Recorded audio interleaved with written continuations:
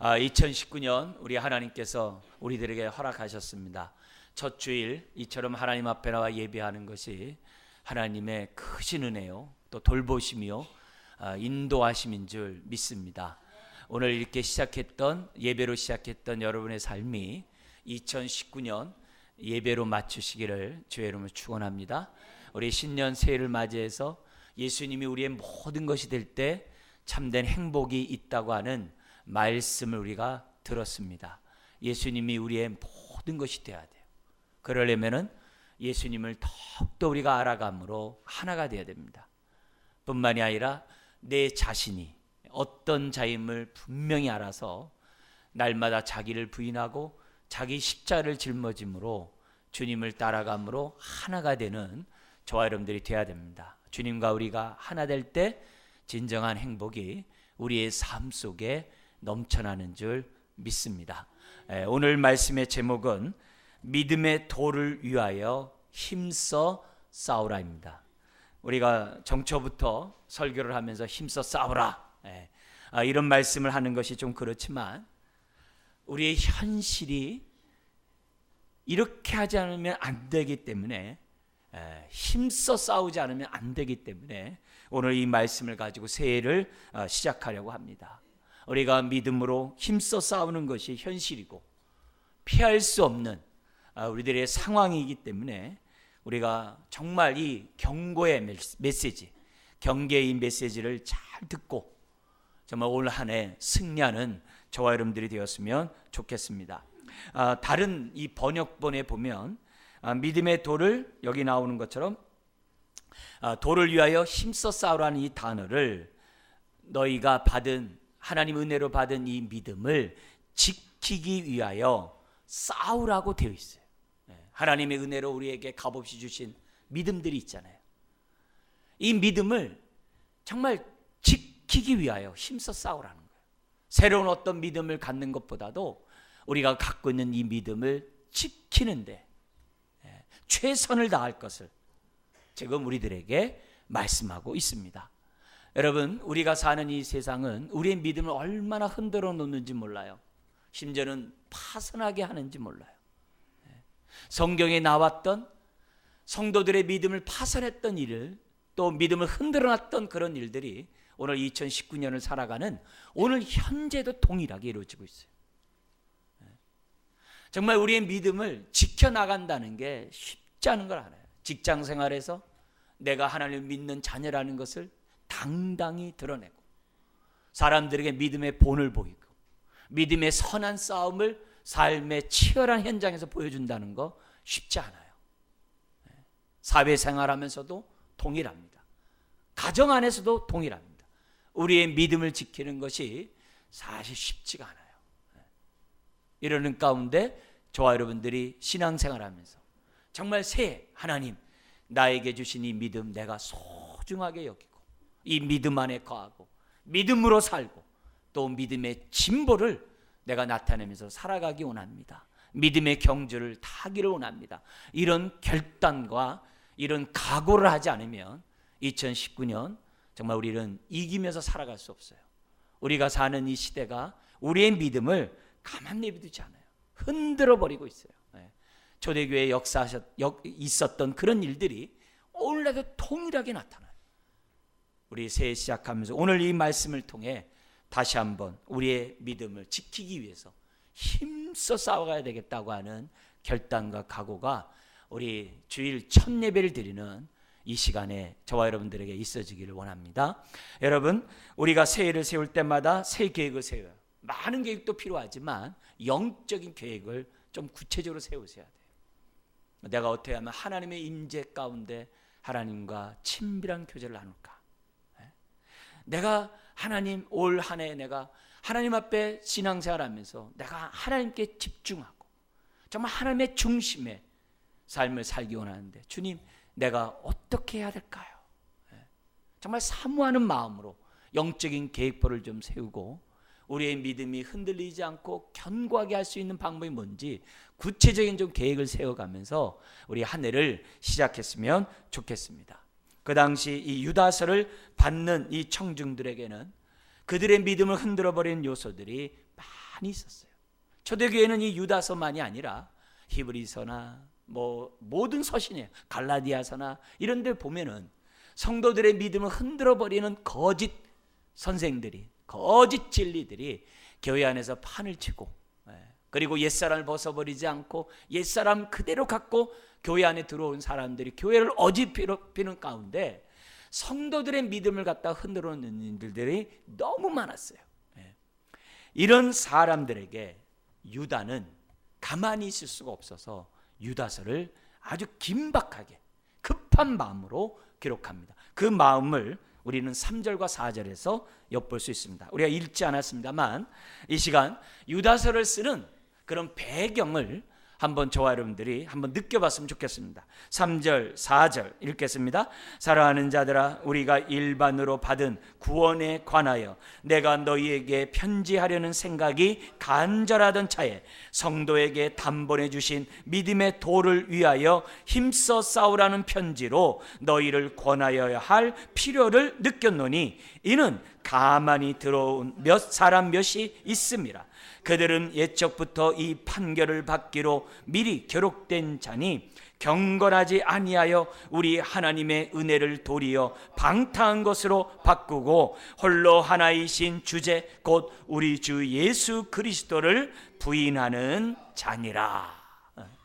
교회 안에 거짓 선생이 들어와 가지고 사람들의 믿음을 뒤흔들어 온다는 거예요. 그리고 거기에 동조해서 믿음을 저버린 사람이 있고 또 동조하려고 하는 사람들이 교회 안에 있는 거예요. 교회가 든든히 세워져 가야 되는데 거짓된 진리로 믿음을 흔들어버리는 그런 일들이 벌어지니까 구원에 관한 이 말씀을 쓰려다가 멈추고 긴박하게 지금 유다서를 썼다는 거예요. 단번에 받은, 거기 단번에 주신, 성도에게 단번에 주신 믿음의 도를 위하여 힘써 싸우라는 편지로 권할 필요를 긴박하게 느껴서 썼다는 거예요. 자, 근데 이 유다가 누굽니까? 이 유다는 예수님의 혈육의 동생이에요. 예수님의 혈육의 동생 또 한 사람이 성경에 나오죠. 누구죠? 야고보. 그 야고보가 야고보서를 썼어요. 그리고 혈육의 동생 유다가, 가룟 유다 생각하면 안 됩니다. 유다가 지금 유다서를 썼어요. 예수님이, 우리 추측할 수 있는 것은 성경에 예수님이 부활하기 전까지는 예수님을 비아냥거리고 믿지 않았던 사람들이 동생들이었어요. 근데 어느 순간에 야고보와 유다가 초대교회 예루살렘 교회의 지도자로 우뚝 서게 됩니다. 그래서 우리가 추측하는 것은 부활의 주님이 40일 동안 10여 차례 주님의 제자들에게 나타나셨거든요. 그때 야고보와 유다가 예수 그리스도를 믿기로 작정하고 예수님의 제자로서 일생 삶을 드리고자 결심했다라고 믿습니다. 그런 가운데 자기 형인 예수님에 대해서 야고보나 오늘 이 유다나 뭐라고 고백합니까? 예수님에 대해서 4절에 보니까 홀로 하나이신 주제라 그래요. 홀로 하나이신 주제, 그러면서 곧 우리 주 예수 그리스도라고 고백해요. 예수님을 주님이라고 고백해요. 형님이라고 하는 게 아니라 주님이라고 고백해요. 우주 만물을 통치하시는 주재권자요. 교회의 머리며 근본이라고 하는 바로 그 주님이라고 예수님의 혈육인 동생인 유다가 고백을 해요.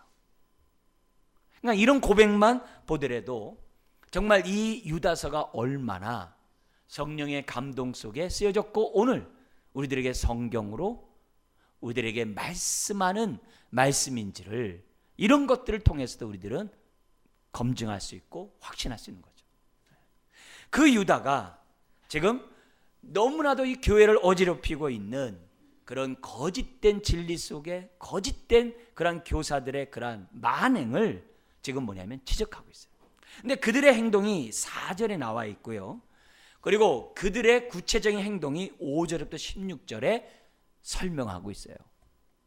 먼저 이 4절에 나와 있는 그 내용의 메시지를 우리가 좀 보면은 이렇게 돼 있습니다. 이 사람은 가만히 교회에 들어와서 교회를 어집히는데 이미 이 사람은 심판받기로 이미 구약에 이미 옛적에 예언되어 있다 이거예요. 그러면서 그 사람의 특징이 뭐냐면 하나님의 은혜를 방탕한 것으로 바꿔버렸다 이게. 하나님의 은혜를 방탕한 것으로 바꿔버렸다 이게. 그리고 홀로 한 분이신 예수 그리스도를 부인하는 죄악을 범했다라고 설명을 해요. 근데 이 성경이 은혜를 방탕하게 바꿔버린 것이 뭐냐? 우리가 그 당시 상황과 문맥을 볼 때 우리 성경, 우리가 갖고 있는 성경 말고 다른 번역본들 우리나라에 많이 있지 않습니까? 그 가운데 일반 사람들이 읽기 편한 새로운 번역본이 있죠. 그게 이제 현대인의 성경이라고 그래요. 그 현대인의 성경은 이렇게 초등학생들도 이렇게 쉽게 읽을 수 있도록 성경을 이렇게 풀어놓은 겁니다. 근데 그 성경에 뭐라고 풀어놨냐면은 여러분들에게 한번 읽어드리겠습니다. 한번 잘 4절을 보시면서 한번 이렇게 잘 들어보시기 바랍니다. 4절 이렇게 번역했어요. 하나님을 두려워하지 않는 교사들이 여러분 가운데 파고 들어와 있으니 이런 당부를 하지 않을 수 없습니다. 그들은 이렇게 짓거려 됩니다. 말 표현이 굉장히 거칠어요. 짓거려 됩니다. 뭐라고 하냐면 이제 그리스도인이 되었으니 하나님의 징벌을 두려워할 필요가 어디 있습니까? 하고 싶은 것은 무엇이나 마음대로 해도 됩니다. 이렇게 하나님의 은혜를 방탕한 것을 바꿔버렸다.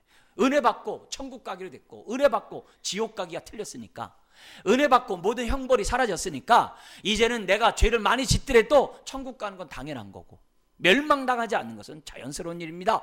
이런 식으로 사람을 유혹했다는 거예요. 마치 그렇듯하죠. 예수 그리스도를 믿으면 정죄함이 없고 형벌이 없고 예수 그리스도를 믿으면 자유함이 있다고 하니까 우리는 이제 마음대로 자유하며 살면 됩니다 하면서 그 삶은 어떻게 돼요?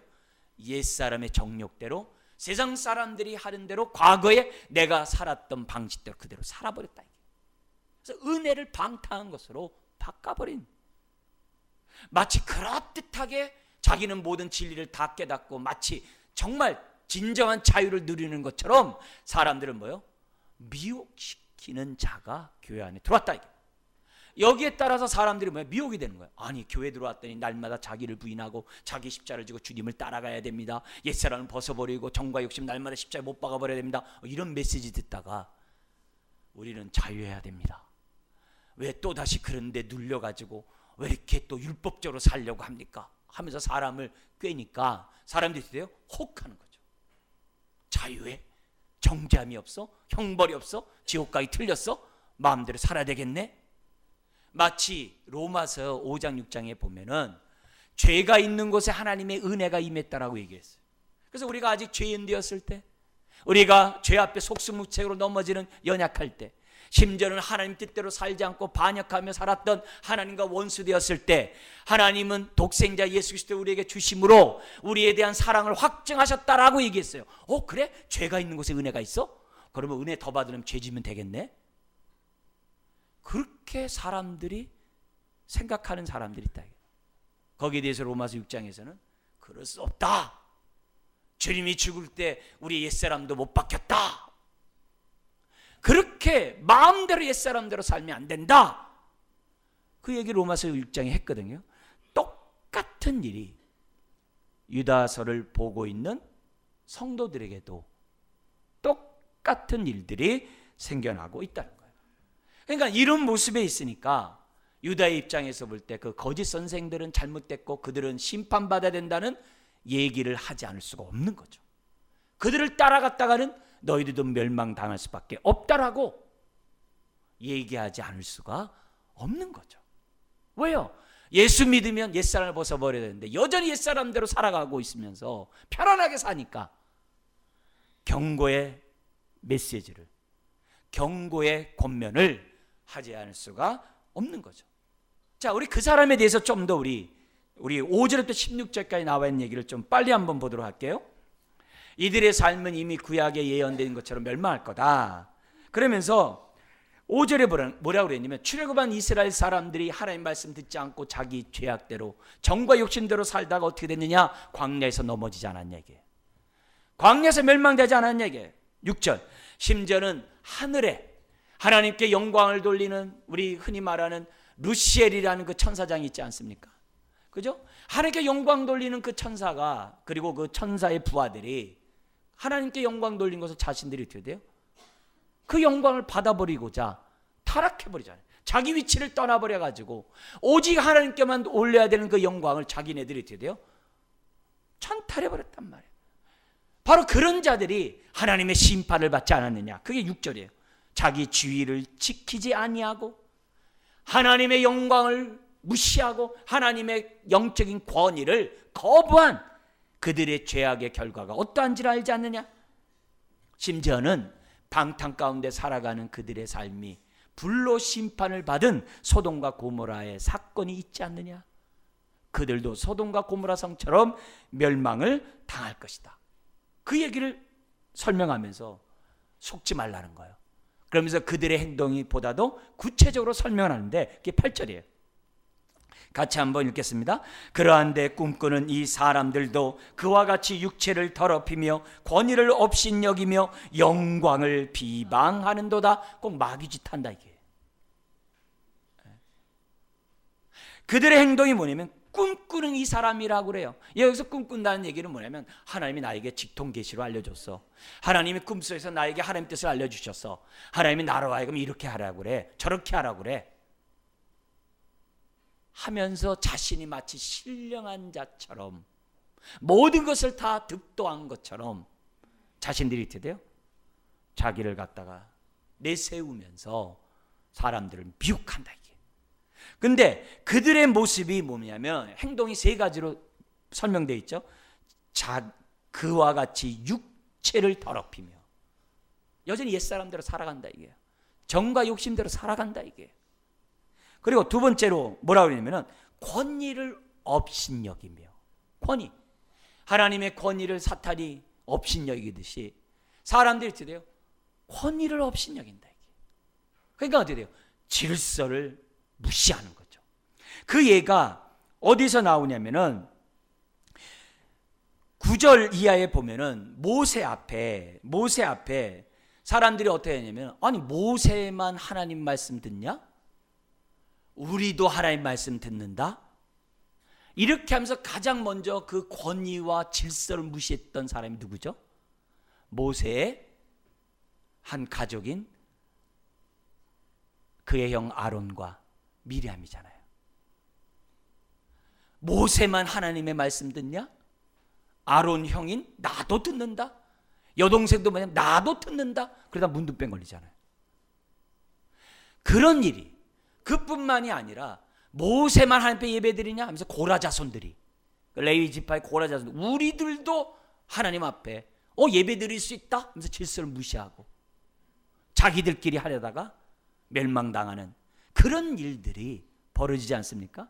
그게 창세로부터 계속 아담이 자기 위치를 떠나서 하나님과 비기려고 했던 것처럼 모든 사람들이 다 권위를 인정하지 않으면서 초대교회 오늘날까지 사람들이 오고 있다 이게. 그들의 실상을 보라는 거예요. 그뿐만이 아니라 하나님의 영광을 뭐 한다고요? 비방해요.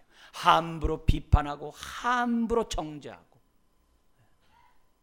사람들에게, 심지어는 하나님이 우리에게 은혜로 주신 모든 것들에 대해서도 아주 무가치게 여기고, 하나님이 우리에게 주신 은혜가 얼마나 소중합니까? 주님의 피로 준 은혜잖아요. 근데 그 값비싼 그 은혜를 자신의 정욕과 바꿔버리는 거예요. 값싼 은혜로 그냥 치배버리는 거예요. 하나님이 나를 자녀가 되게 했으면 하나님의 기쁨이 되고, 하나님이 나를 자녀가 되도록 구원하셨으면 이 땅에서 어떻게 돼요? 소금과 빛된 삶을 살아야 되는데 자기 정욕대로 그냥 살아가 버려요. 심지어는 예수를 이용해가지고 막 자기의 유익이나 구하는, 얻고자 하는 그런 잘못된 행동들을 거짓 선생이 한다. 그런 자들에 대해서는 결국 어떻게 돼요? 하나님의 심판을 받을 수밖에 없다는 것이 계속 뭐예요? 16절까지 기록되어 있다는 거예요. 그러면서 한 가지 더 그들의 죄악된 행동을 설명하는 게 16절이에요. 보다도 구체적으로 멸망당하는 자들의 모습을 보면서 오늘 저와 여러분들은 정말 경계를 해야 돼요. 왜냐하면 이런 모습은 은혜를 은혜로 아는 자의 모습이 아니기 때문에 그래요. 그래서 16절에 이런 모습이 나에게 있다고 한다면 나도 모르는 사이에게 지금 어떻게 돼요? 속고 있는 거고, 나도 모르는 사이인데 믿음을 지키지 못하고 있는 행동이라는 사실을 우리는 알아야 돼요. 16절 같이 한번 읽겠습니다. 이 사람들은 원망하는 자며 불만은 토하는 자며 그 정욕대로 행하는 자라. 그 입으로는 자랑하는 말을 하며 이익을 위하여 아첨하느니라. 결국은 뭐냐면 이익이에요. 이 말을 오늘 우리나라의 말로, 우리 요즘의 말을 쓴다면, 또 성경에 나오는 그 주님의 말씀으로, 예수님 말씀으로 쓴다면 결국은 재물이에요. 결국은 재물이에요. 두 주인을 겸하여 섬길 수 없다고 했는데, 두 주인을 섬기는 것은 둘째치고 지금 어떻게 돼요? 이들은 어떻게 돼요? 예수를 부인한 자들이었으니까 돈을 섬기는 자라. 재물이 있는 곳에 지금 어떻게 돼요? 다 몰려드는 그런 자들의 모습이라고 얘기하는 거예요. 모든 판단의 기준이 자신의 이익이에요. 자신의 이익이에요. 여러분, 오늘 이런 모습이 우리들 가운데 있다고 한다면 나는 나도 모르는 사이 내 믿음이 지금 흔들렸거나 파산되었거나, 나는 하나님 앞에서 하나님의 뜻을 우리가 올려드리는 것, 순종하는 것 두말할 것 없고, 우리가 어떻게 돼? 스스로 예수 안에서 복된 삶을 살아가지 못하고 있다는 것을 우리들에게 보여주고 있습니다. 그래서 멸망당하는 이들의 모습을 보면서 나의 지금 현 주소를 봐야 돼요. 나의 믿음을 지금 봐야 돼요. 우리의 믿음을 흔들어 버리는 것이 어떤 것들인지를 우리들에게 지금 보여주고 있지 않습니까? 그렇다면 2019년 하나님, 나의 이익을 구하는 인생 되지 않도록 도와주십시오. 재물은 따라오는 것이지 재물은 쫓아가면 안 된다고 그랬어요. 하나님이 더하여 주신 것이 재물이지, 재물을 우리가 쫓아가는 그것은 우리가 나도 모르는 사이에 돼요. 사단에게 넘어갈 수밖에 없다는 것을 잊어서는 안 돼요. 우리 보이스피싱 때문에 사람들이 이렇게 막 넘어가잖아요. 진짜 눈 뜨고 코베가는 세상인 것처럼 보이스피싱 이런 사람들에서 사람들이 막 빼앗기잖아요. 심지어 막 이렇게 물질과 연관해서 보이스피싱들이 그렇게 무섭대잖아요. 누가 한탕주의 속에, 누가 이런 맘모니즘이라고 그러거든요. 재물신을 섬기는 게 맘모니즘이라는데, 누가 이 재물신을 섬기고 있는지 그들은 벌써 신상 파악을 다 한다는 거예요. 누가 어떤 가운데 있든지 벌써 알고, 벌써 뭐예요? 미끼를 던져가지고 전화를 해서 그 없는 돈마저 어떻게 돼요? 빚을 얻어라서라도 뺏어간다는 거예요. 그것뿐만이겠습니까? 사람들에 대해서 그 사람이 어떤 사람인 줄 알아가지고 보이스피싱을 해가지고 사람들의 마음을 흔들어 온다는 거예요. 그래서 말도 안 되는 일에서 코베가는 그런 일들이 벌어진다는 거예요. 근데 우리가 한번 생각해 봐야 될 것은 뭐냐면, 왜 우리가 낚이냐 이게. 그거는 내 안에 그만큼 탐심이 있기 때문에 그런 거예요. 때로는 내 안에 그만큼 불안하고 두려운 마음이 있기 때문에 그래요. 나도 모르는 사이에 내 안에 공허한 것들이 있기 때문에 낚이는 거라고. 그래서 자기 소견에 옳은 대로 살아가는 그 인생은 그런 낚임을 당하는 그런 일들이 얼마든지 벌어질 수 있다는 거예요. 여러분, 아담과 하와가 왜 선악과를 따먹겠어요? 왜 선악과를 따먹겠어요? 그 밑에서 놀고 있으니까 따먹는 거죠. 애당초 선악과 밑에 가지 않고 아예 쳐다보지도 않았으면 무슨 그런 일이 어디 있겠어요. 그 밑에서 자꾸 얼짱거리고, 그 밑에서 자꾸 쉬고 있으면서 자꾸 그 쳐다보니까, 왜 먹지 말라고 했을까? 왜 먹지 말라고 했을까? 왜 먹지 말라고 했을까? 다른 모든 생명나무 과실을 다 먹으라고 하면서. 여러분, 에덴 동산이 조그맣습니까? 에덴 동산에서 강이 4개나 발원을 해요. 서울도 한강 하나밖에 없어요. 에덴 동산은 작은 동산이 아니에요. 엄청 큰 동산이에요. 얼마나 많은 나무들이 있겠어요. 근데 해필이면 그 선악과 밑에서 놀고 있다 이게요. 그러니까 사탄이 어떻게 돼요? 꼬시는 거죠. 꼬실 때 그냥 꼬십니까? 네? 너 이거 먹으면 너도 눈이 밝아져서 하나님처럼 돼. 그래 꼬시는 거죠. 그러니까 갑자기 우리 하나님 그렇게 이기적이야? 우리 하나님이 그렇게 자기만 아는 분이야? 아이고 우리 하나님 못됐네. 그러니까 갑자기 눈이 어떻게 돼요? 밝아져가지고 선악과를 딱 보니까 보암직스럽고 먹음직스럽고 지혜로울 만큼 탐스럽다고 이렇게 확 바뀌는 거예요. 그럼 홀랑 먹는 거예요. 그것도 어떻게 돼요? 아담부터 꾀입니까?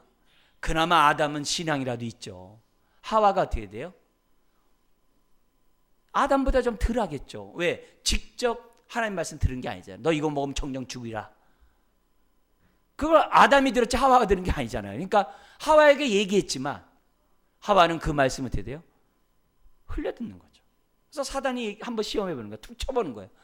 그거 먹으면 어떻게 된다고? 이거 먹으면 죽을까 하노라. 정령 죽으라 했는데 죽는다고 하던데요? 아니야. 먹으면 오히려 눈이 밝아져서 하나님처럼 돼. 넘어간 거예요. 그래서 하와가 먼저 먹고 아담이 먹는 거예요. 여러분, 오늘 우리들이 저와 여러분들이 정말 하나님을 믿고 은혜를 아는 하나님의 자녀지만 육체가 있어요. 정과 욕심이 있어요. 그래서 우리 정과 욕심은 세상의 낙을 원해요. 세상의 즐거움을 누리기를 원해요. 왜? 죄에 낙이 있거든. 낙이 있다고 했거든요. 즐거움이 있다고 그랬다고요. 이런 모습으로 우리가 갖고 있다면 사탄에게 낚이는 거예요. 언제 우리의 믿음이 파산할지 몰라요. 언제 우리의 믿음이 넘어갈지 몰라요. 사단은 끊임없이 우리 안의 정과 욕심, 저와 여러분들의 약점을 누구보다 잘 알아요. 그걸 건드린 거예요.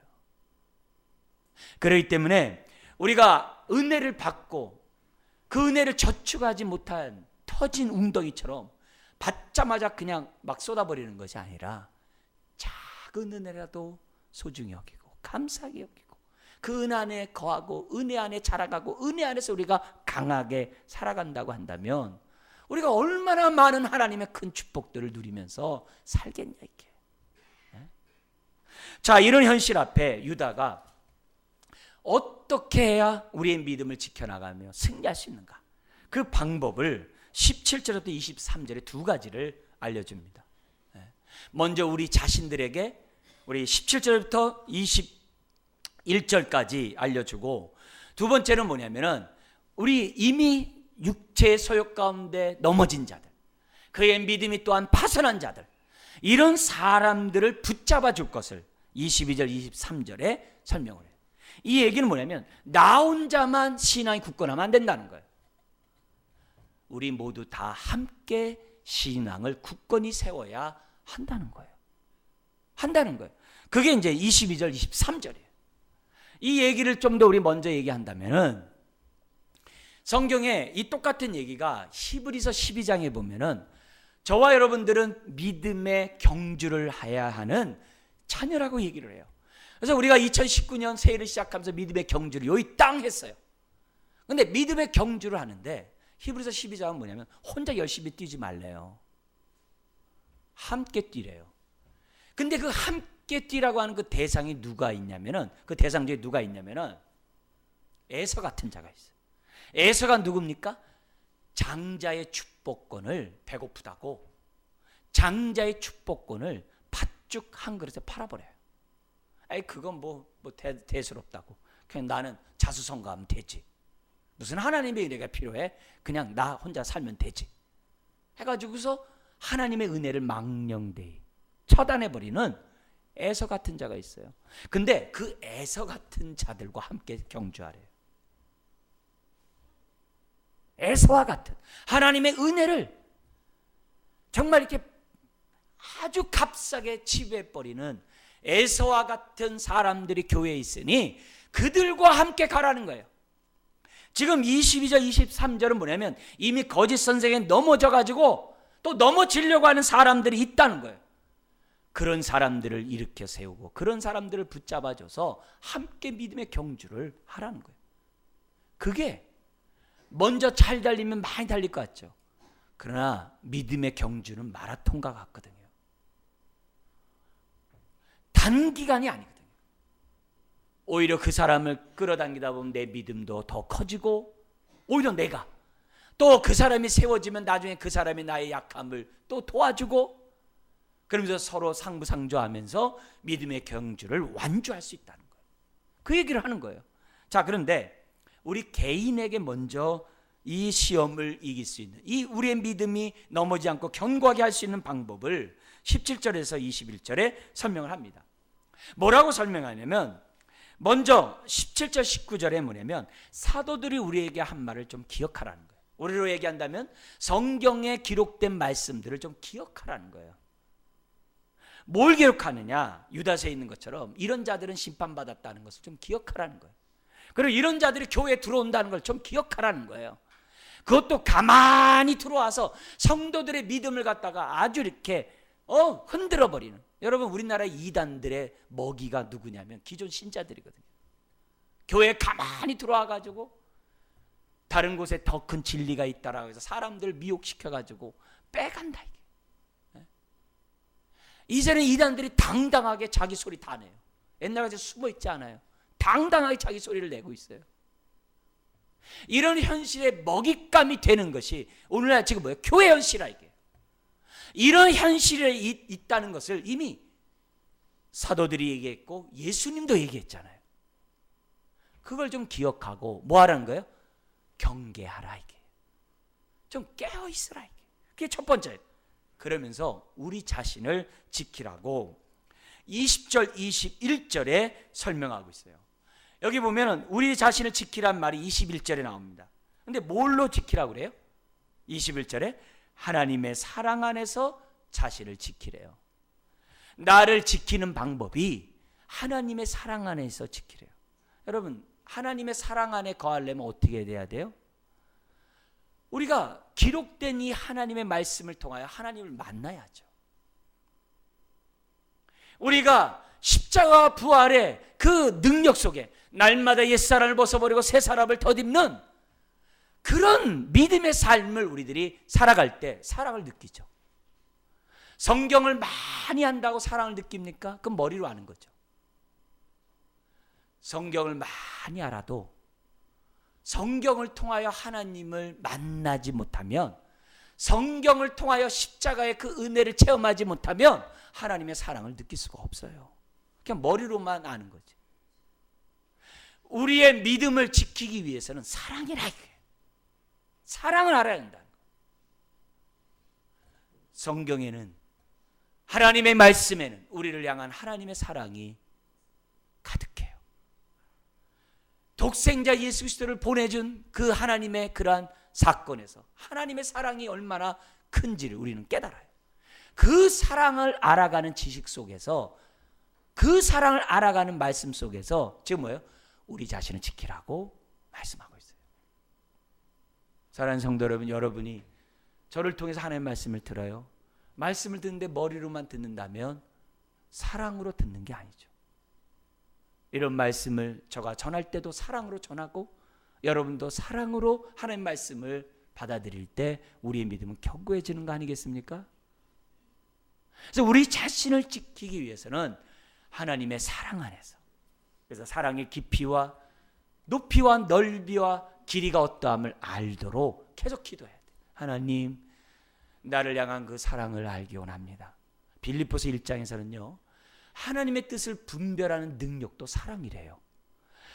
하나님의 사랑을 깨달은 만큼 성경을 분별한대요. 하나님의 사랑을 안 만큼 하나님을 읽을 때마다 하나님의 뜻이 뭔지 알아진다고 그래요. 사랑이 없으면 분별도 안 되고요, 사랑이 없으면 내 믿음을 지킬 수도 없다는 거예요. 이 험한 이 세상에서 우리를 정말 믿음을 파선하게 하는 이 현실 속에서 우리가 살아갈 수 없다는 거예요. 자, 그러면서 구체적으로 우리 자신을 지키는 방법 3가지를 20절과 21절에 설명하고 있습니다. 이 3가지 방법을 오늘 우리가 붙잡고 2019년 하나님, 이 말씀이 나에게 응하기를 원합니다라고 기도하면서 우리가 살기 원하는데요, 첫 번째로 뭐냐면은 20절에 있어요. 사랑하는 자들아, 너희는 너희의 지극히 거룩한 믿음 위에 자신을 뭐하라고 그래요? 세우며. 그것도 뭐예요? 계속 세우라고 돼 있어요. 이게 건축이죠.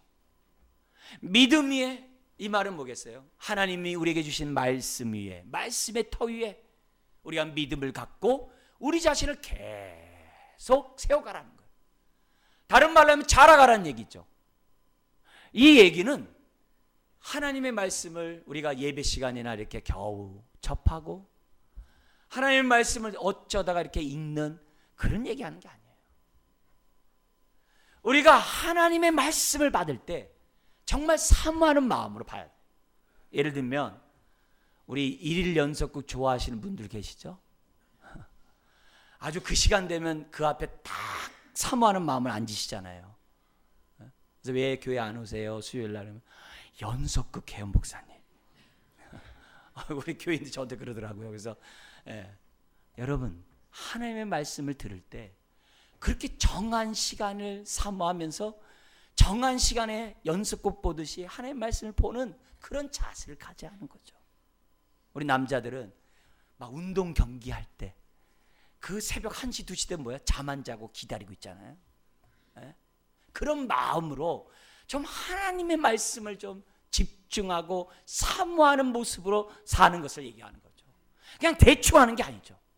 우리가 1월 달에 우리 큐티 교제를 하면서 그 큐티 교제 제일 뒤에 보면 1년 성경 읽기표가 나와요. 체크하는 거. 하루에 3장씩 이렇게 읽으면서 또 4장씩 읽으면서 체크한 표가 나와요.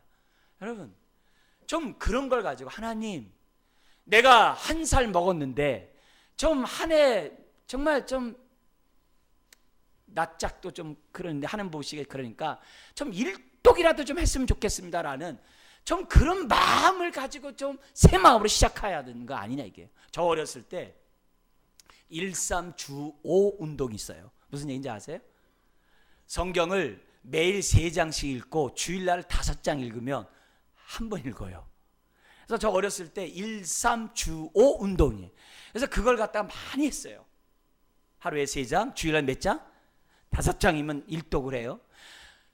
근데 목사인 제가 이렇게 볼 때 아니 지금 늦게 예수 믿어놓고 그 한독해가지고 어떻게 내가 믿음이 굳건히 설 수 있는가. 목사 제가 생각해가지고 제가 어떻게 돼요? 사순절 다 일독하십시오. 가을에 90일 일독하십시오 했더니 읽는 사람은 읽는데 안 읽는 사람은 아예 널브러져 계시더라고.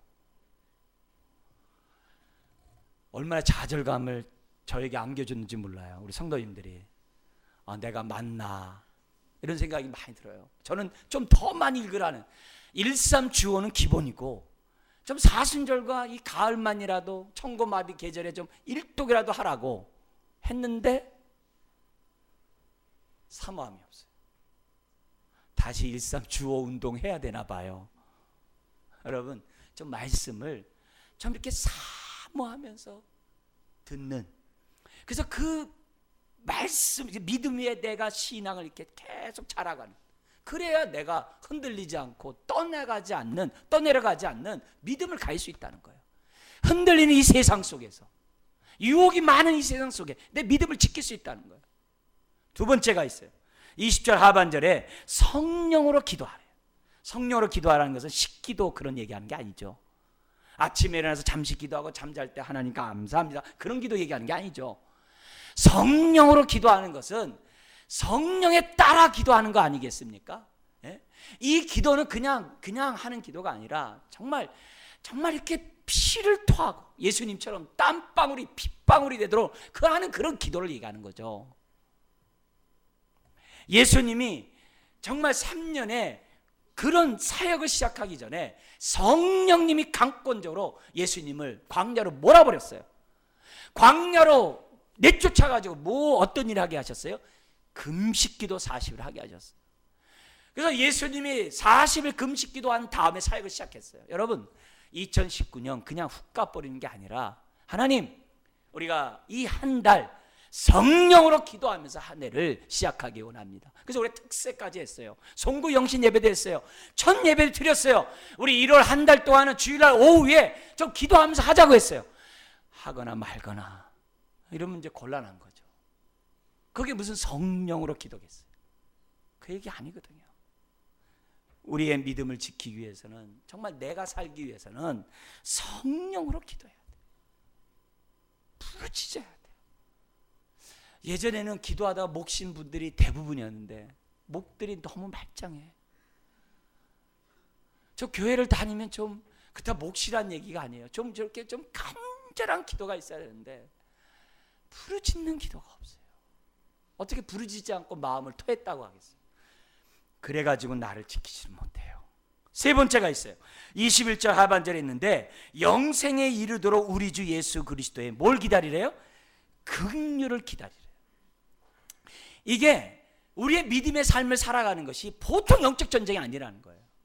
하나님이 도와주지 않으면, 그것도 긍휼함이 없으면 우리는 이겨낼 재간이 없다는 거예요. 근데 이 긍휼이 누구의 긍휼이라고 그래요? 그리스도의 긍휼이래요. 그리스도의 긍휼은 어떤 겁니까? 가늠하다 현장에 잡힌 자를 정죄하지 않는 긍휼함이죠. 문둥병 환자를 고칠 때 그 사람의 마음의 병인, 남이 자기를 만져주지 않는 그 마음의 병까지 고쳐주시면서 손을 대시는 주님의 긍휼함이죠. 삭개오에게 먼저 찾아가셔가지고 내가 오늘 너희 집에 유하겠다라고 말하는 그 긍휼함이죠. 아주 하나님의 구체적인 긍휼함이 우리의 삶 속에 있지 않으면 우리 믿음 못 지켜요. 매 순간 하나님이 우리를 도와주지 않으면 못 지켜요. 그 얘기를 하는 거예요. 계속 하나님의 그 긍휼함을 얻는. 근데 이 긍휼함이 이미 1장 2절에 있어요. 1장 2절에 보면 이렇게 되어 있습니다. 같이 한번 읽어볼까요? 긍휼과 평강과 사랑이 너희에게 더욱 많을지어다. 여러분, 긍휼은요 다음이 없어요. 내가 체험했다고 이 정도면 됐다? 그럼 넘어가요. 이 정도 충분해. 난 남들만큼 하고, 나 남들만큼 말씀 보고 기도하고, 나 열심히 해. 그럼 훅 날아가 버려요. 긍휼에는 더욱 많아야 돼요. 왜냐? 긍휼이 있는 곳에 평강이 있고 평강이 있는 곳에 사랑이 있거든요. 그래야 내가 믿음을 지킬 수 있는 거거든요. 하나님의 긍휼이 매 순간 우리에게 임하지 않으면 평강이 없어요. 사랑을 느낄 수 없어요. 그럼 나를 지킬 수 없어요. 그러면 어떻게 돼요? 그냥 세상에 훅 가요. 옛사람에 그냥 훅 넘어가요. 내 마음 내 뜻대로 그냥 확 살아버려요. 예수를 믿는다고 하면서 그냥 내 마음대로 살아버려요. 그러면 믿음은 온데간데 없는 거예요. 그러면서 우리들에게 너무나도 놀라운 메시지를 합니다. 그런 삶이, 믿음을 지키는 삶이 쉽지 않아요. 근데 감사하게도 우리에게 이 믿음의 삶을 살아갈 수 있도록 도우시는 하나님이 계시다는 거예요. 우리를 끝까지 붙잡고 계시는, 그 우리 견인이라고 그러잖아요. 끝까지 붙잡고 계시는 그 하나님의 그 손길이 있다는 거예요. 근데 그 하나님이 어떤 분이냐? 24절에 딱 기록되어 있어요. 이 하나님 우리가 믿으면서 믿음의 경주를 다해야 됩니다. 24절 같이 한번 읽어볼까요? 능히 너희를 보호하사 거침이 없게 하시고 너희로 그 영광 앞에 흠이 없이 기쁨으로 서게 하실리. 25절 누굽니까? 우리의 구주 홀로 하나이신 하나님께. 네 가지가 나와요. 하나님이 우리의 믿음을 위하여 네 가지 역사를 하는데, 첫째는 능히 너희를 보호하시고, 하나님이 우리를 능히 보호하신다는 거예요. 얼마나 감사해요. 하나님보다 더 클 자가 없다는 거예요. 우리의 믿음을 빼앗아갈 자가 없다는 거예요. 능히 우리 지켜. 두 번째는 뭐라 그래요? 거침이 없게 하시고 넘어지지 않게 하고 실족하지 않도록 붙잡아 주시고, 그것도 뭐예요? 흠이 없이, 죄악 가운데 만신창이가 되는 게 아니라 흠이 없이. 그리고 네 번째, 하나님 앞에 부끄러워서 서는 게 아니라 즐거움으로 당당히 서도록 하나님이 우리를 인도해 주시겠다는 거예요. 이런 하나님이 오늘 내가 믿는 아버지시고, 이런 하나님이 나를 인도하고 있기 때문에 포기하지 말고, 2019년 뭐 그동안 사람대로 살아오지 뭐 이래도 저래도 상관없다 그러지 말고, 좀 더 우리가 믿음의 진보를 나타내면서 여러분의 믿음을 지킬 뿐만이 아니라 우리 지체들의 믿음을 세워져가는 2019년 되시기를 주의 이름으로 축원합니다. 기도하겠습니다. 하나님 아버지, 하나님의 영광